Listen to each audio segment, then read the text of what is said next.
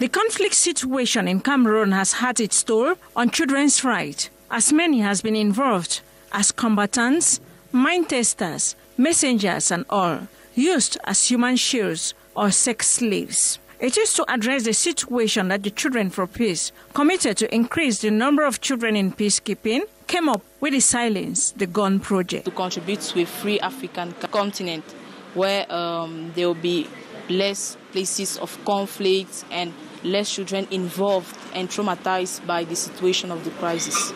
Aged between 7 to 18 years, they believe they can. I believe that children are key stakeholders and that they are capable to drive societal transformation. But we can't do that alone. We do that with the support of some of our partners. And also we need really support from adults and other NGOs and even the governments and religious and traditional leaders. A journey of 1,000 miles begins with a single step. Look at the numbers and you see the number of young girls, children that responded to the call. It is so great. It is so encouraging.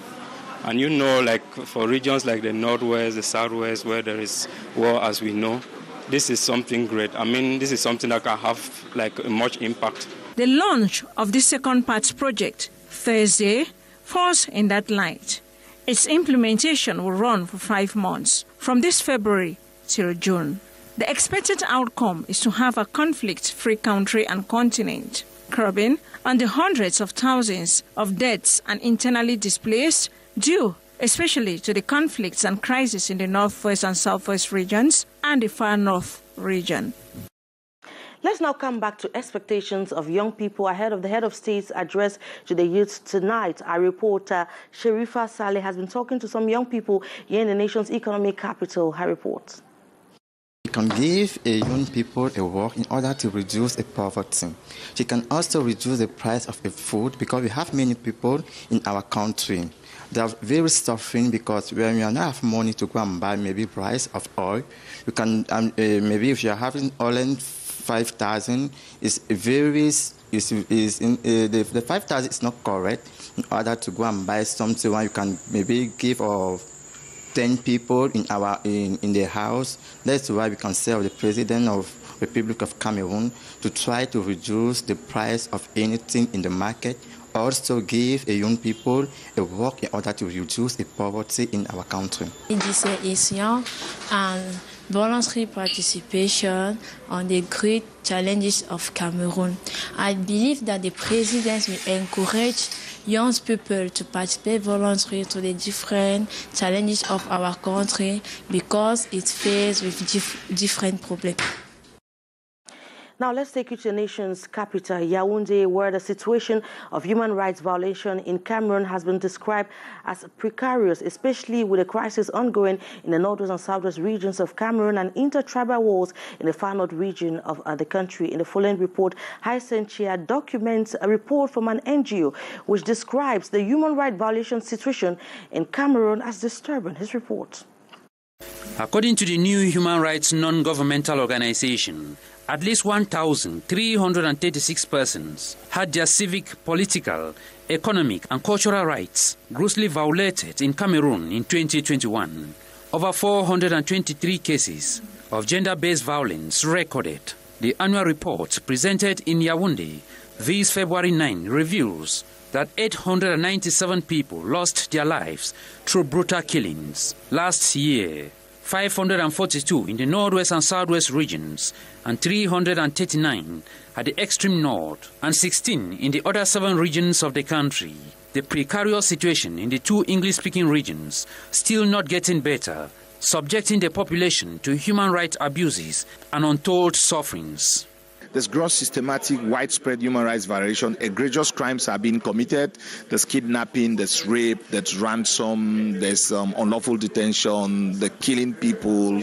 The situation becoming more complex by the day, even human rights lawyers becoming targets. Human rights defenders at stake in the southwest and the northwest, in particular lawyers, journalists, those who condemn, those who document, who report and monitor human rights violations perpetrated by both parties to the conflict are now a target. He is a political victim, member of Stand Up for Cameroon. His 16-month stay in prison, he says, has been held on earth. New human rights tasked Cameroonian authorities to seek solutions to the crisis and violent uprisings in the country to curb the growing human rights abuses getting worse by the day. We call to state and all actors to take measure, to correct, to repair, and also to fight against impunity in our country. The civil society activists equally challenged the government to free political prisoners in detention units across the country and render clear factual reports to the public on the Ngabu and Kumba massacre. Mandela International Center has criticized the state of Cameroon for accusing Doctors Without Borders for working in complicity with armed separatist fighters in the northern and southwest regions of the country. The NGO says that the humanitarian organization was simply doing its job. A report by the Mandela International Center in the following story put together by Hyacinthia. This is a report of an investigation on the government slamming some personnel of Doctors Without Borders, accusing them of collaborating with separatist fighters. The Cameroonian army intercepting an ambulance of the non-governmental organization transporting a wounded separatist for treatment. According to Mandela International Center, Doctors Without Borders were simply doing their job as they are out to serve all groups of persons, and implicating them into secessionist actions is totally unacceptable. We are trying to demonstrate that there is a misconduct of army concerning their case, because we think that they are not an agency to give information to the government. They are there just to help armed people or other people who are in need. The Mandela Center in this report equally reveals that the government of Cameroon must have been totally misinformed on the situation, and presenting the findings to the press this February 10th in Yaoundé. The civil society activists decried the deplorable state of two of the workers in custody. So now we see that there are two persons in custody, arbitrarily arrested and detained, and we are trying to demonstrate that their situation are not good. We need to focus on them and to see how we can have a public debate on their case. An elaborated copy of the report, they say, has been deposited at the Ministry of Defense for a proper review. And two people have died at a neighborhood in the nation's capital known as Eleve following an accident that occurred in that part of the nation's capital. The accident is said to have been caused by car tools misleading a truck driver. Our reporter Hyacinthia was on the ground this morning and says the inhabitants in that area are in total shock and consternation.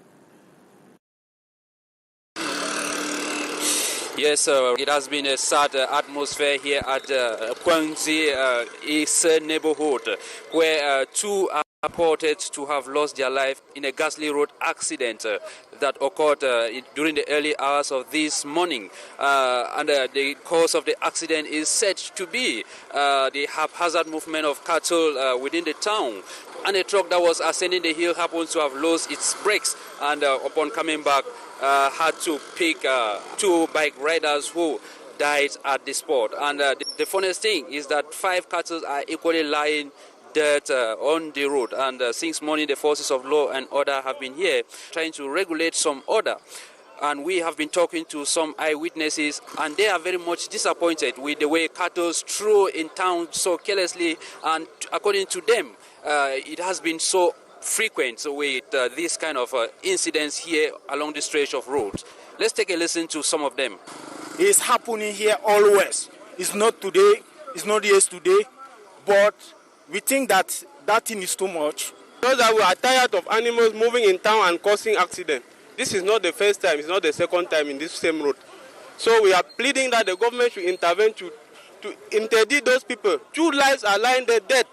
I'm very angry in this road because every day, every year. And of course, for now, the roads still remain blocked. One corpse taken to the mortuary while the other one is still lying. And the state of the corpse is really, really pathetic, as you can see. And the inhabitants of the neighborhood have come out to decry such a frequent accident on this particular.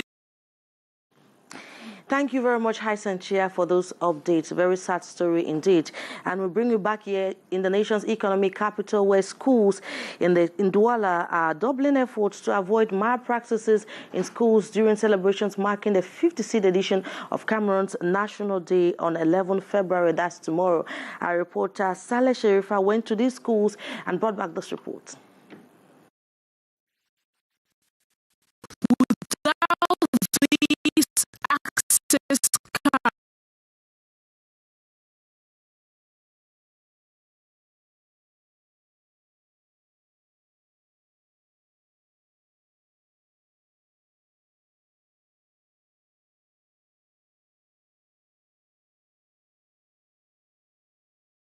There are 180 junior parliamentarians from the 58th division that makes up the 10 regions of Cameroon, with qualities that ties in with the selection criteria. You first of all have to be a youth that you can pull others. You can also empower youths. You must be a youth leader. It's every detail of what you have been doing as a youth to empower the other youths in the society. From varied background, they have divergent interests.